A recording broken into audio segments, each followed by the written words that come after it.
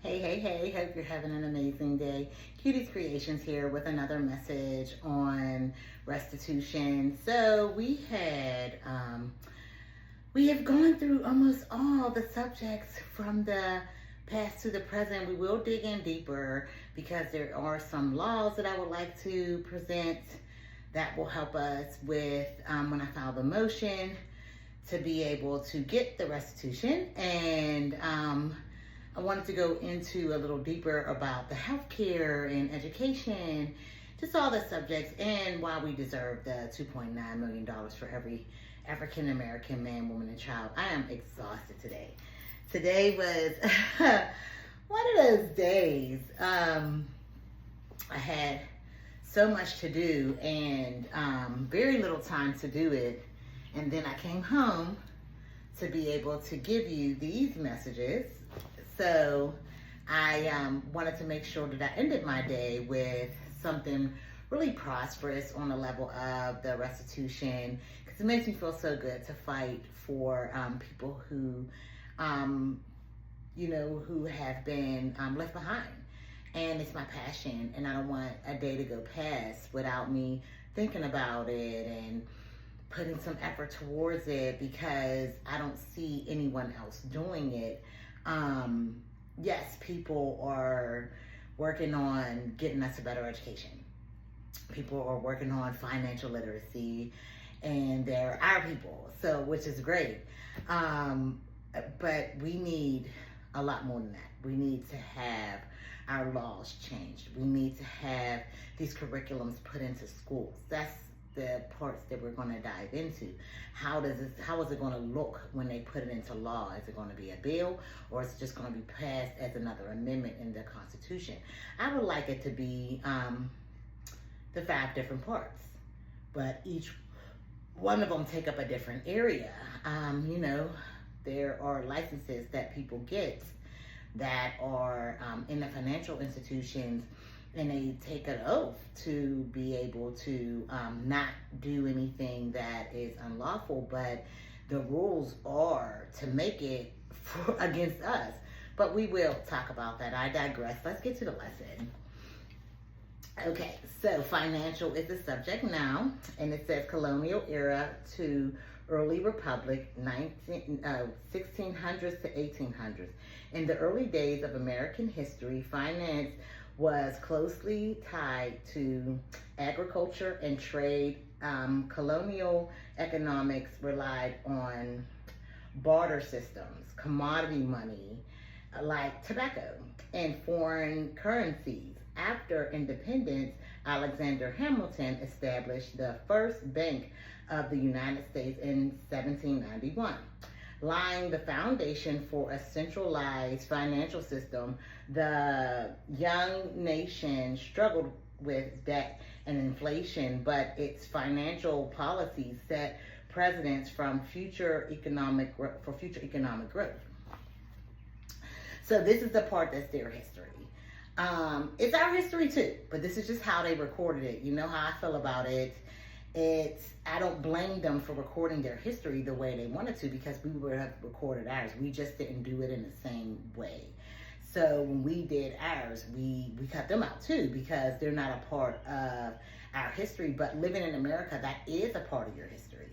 Their history, our history, and any other nationality that was here, that's all of American history. And I truly wish that they would integrate the histories and record them as such, because it takes so much time for me to look up our history and their history, and then the actual history of America and how it all played out. But in this time, in the 1600s to the 1800s, when they started these banking institutions, which you have to understand this was a way for them to cut us out of the conversation.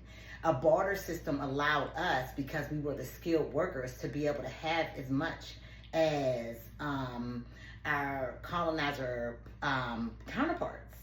And it put us ahead of all the other nationalities that were here, because like the Indians did have tobacco and everything or whatever, but we knew how to farm multiple things. And then when they gave us our freedom, the reason why that bank popped up is because we were the creators. We did all of the everything. So like that put us ahead of all of them. Like if the nation is being built off of agriculture and is solely dependent on us, then we have the upper hand. We can work these farms, we can do all of these things, and we can have our own land. That was the reason for us when they decided to free us and they were going to give us the 40 acres and a mule. That was the reason for the withdrawal, because the wealth that would come from it would have been astronomical at the time. For you to give each and every black family 40 acres and a mule, then we would monopolize the whole industry, because all we did was barter. We knew all about a barter system. Foreign currency didn't mean anything to us, but the thing that was actually being birthed in America was our agriculture. And as you can see, we would have been a dominant force in that. So that's the reason why the bank popped up, because they knew we wouldn't have access to physical cash. And America actually went into debt trying to make these systems so we wouldn't be the bigger system.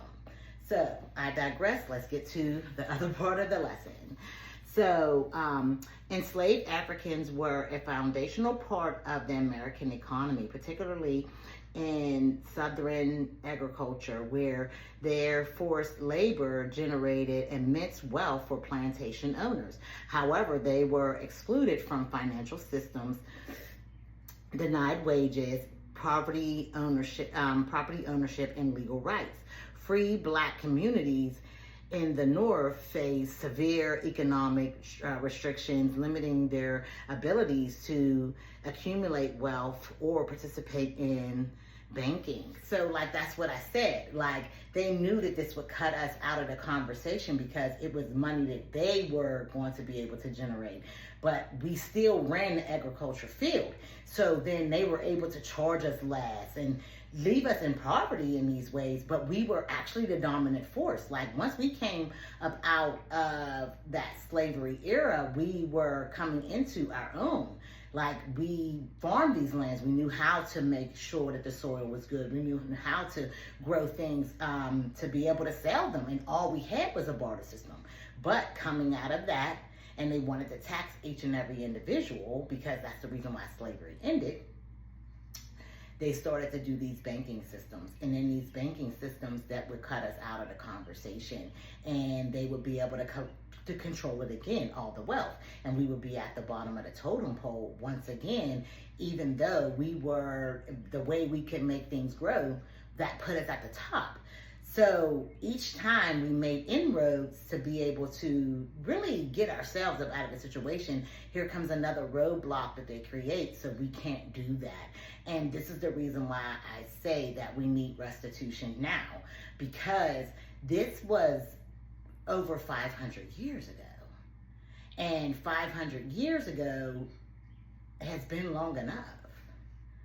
If we have been contributing in the ways of the growth of our country, if we have been contributing in the ways of our freedom by serving in our armed forces, if we have been contributing in the ways of science, if we have been contributing in the ways of finance, all of these things we have contributed to.